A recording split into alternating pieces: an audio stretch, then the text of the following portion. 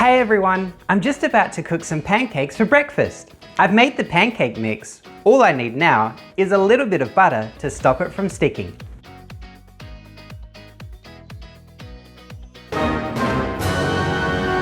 Oh no, we're out of butter. Hang on a minute. This is the perfect time to show you how to make butter at home. All you need is cream and a clean container. Are you ready? Then let's get science. First, give your hands a wash and then pour the cream into the container. You need to use cream that has about 40% fat and that can be easily poured. Fill the container about halfway and then put the lid on nice and tight.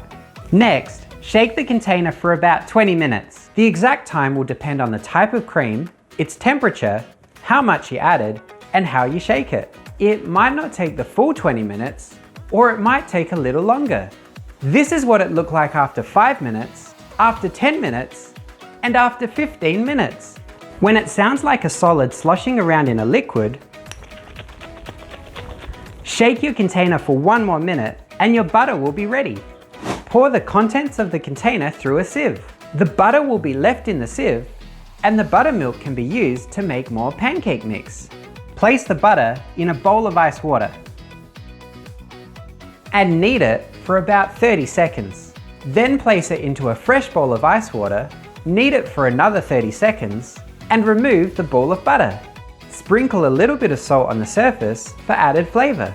This butter won't last as long as store-bought butter, so it's best to eat it within 2 to 3 days. So why did the cream turn into butter when it was shaken? Let's take a look. The milk we get from a cow is mostly water, but it also has fats, as well as proteins, sugars, and minerals. If raw milk is left alone, it will separate. The fat will rise to the surface because it's less dense than water. We can then separate the two layers to get one layer with a lot of fat, the cream, and one layer with less fat, the milk. Let's look at the cream we use today.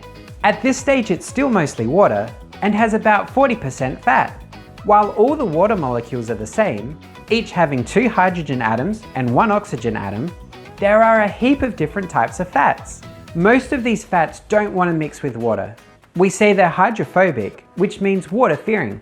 However, a small amount of the fats, about 1 in 50, have got a part that does want to mix with water, as well as a part that doesn't want to mix with water.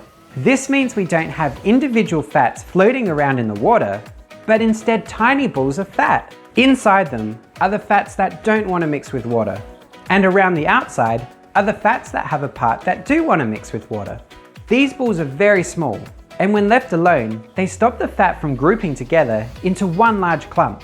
But shaking the cream, which mixes in air, breaks these balls apart and allows more and more fat to group together until eventually we get one large clump of butter. Beck, our pancakes are ready. What topping do you want? Have you got any cream?